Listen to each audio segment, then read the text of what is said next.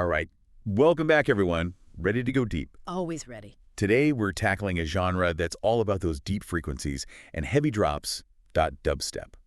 Now, you might already be familiar with some of the big names or maybe caught a set at a festival. Right. But we're going to peel back the layers here.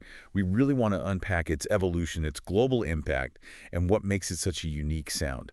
And we're doing it all based on this awesome podcast episode we dug up on dubstep history. It's got a ton of great insights. It's amazing how the sound that started in like these small underground clubs in South London ended up spreading all over the world, you know? Totally. It's a real testament to the power of underground music scenes and how they can, like, spark these huge cultural movements. Oh.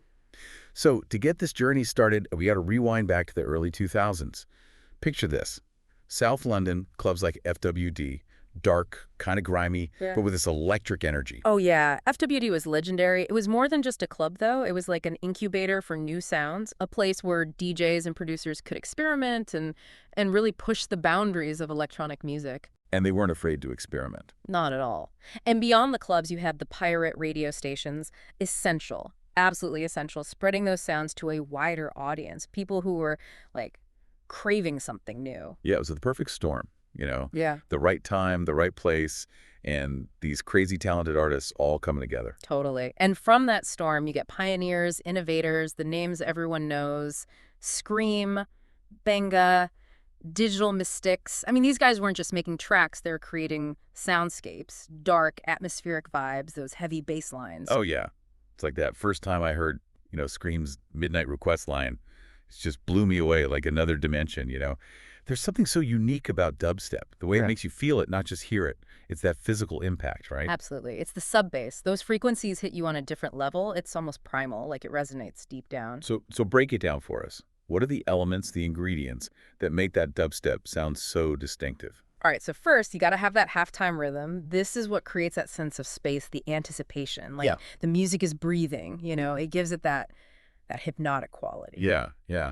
And then layering on top of that, you have that powerful sub-bass, those frequencies that you feel more than you hear. Right. And then you add the wobble bass. It's that wobbly, distorted bass sound that gives dubstep its signature texture. And then there's the reverb, the delay. These effects add depth. They create this kind of swirling, almost psychedelic atmosphere. Right. So it's like the sub-bass is the foundation, the bedrock of the sound, and then everything else is built on top of that, creating these complex sonic structures. That's a great way to put it. And of course, no conversation about dubstep is complete without talking about the drop, that moment where the energy shifts, everything explodes. Oh, yeah, the drop. It's pure sonic adrenaline. Makes you want to move. Right, like the build-up, the tension, and then bam. Yeah. The release. Exactly. It's like that moment on a roller coaster when you reach the top of the highest point and then suddenly plunge down at full speed. It's exhilarating. Totally. And as dubstep evolved, that drop became like a playground for experimentation.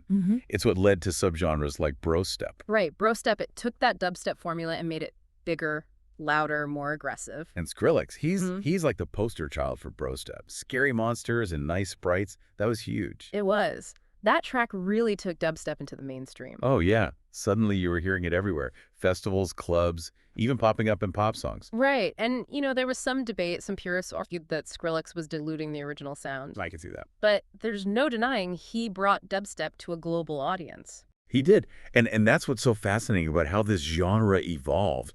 This constant push and pull between the underground and the mainstream, always evolving, splitting off into these different subgenres. Like you had post-dubstep, future garage, all branching out, taking bits and pieces of the original sound and blending them with other genres. It's like a musical family tree. It's got its roots in that South London sound, but its branches are constantly reaching out in new directions. Absolutely. But it's important to remember that dubstep is more than just like a collection of sounds. It's an experience. Right, totally. It's about the community, the shared passion for the music, and that energy you get in a packed club with the bass shaking the floor and the lights pulsing. Right. It's a full body, full sensory experience. And despite its global success, it's never lost touch with those underground roots. The scene is still thriving. Yeah, and that's what keeps it fresh. All that experimentation, the constant evolution, the blending of different influences. And technology has played a huge role in that, right? Absolutely. New software, new tools have given producers so much freedom to explore new sounds, to push those sonic boundaries even further. It's amazing. Dubstep is a true testament to the power of innovation and community. It started in the underground, took the world by storm, and it shows no signs of slowing down. It just keeps evolving. And that's the beauty of it. It's a reminder that the most exciting music often comes from those fringes, from those passionate communities pushing boundaries, experimenting, and creating something truly new. Exactly. And it makes you wonder, what's next for dubstep? What new sounds and subgenres will emerge? That's a great question, and I guess we'll have to wait and see.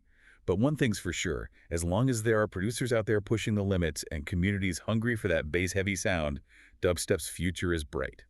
So keep those ears open and keep exploring. Keep the bass pumping.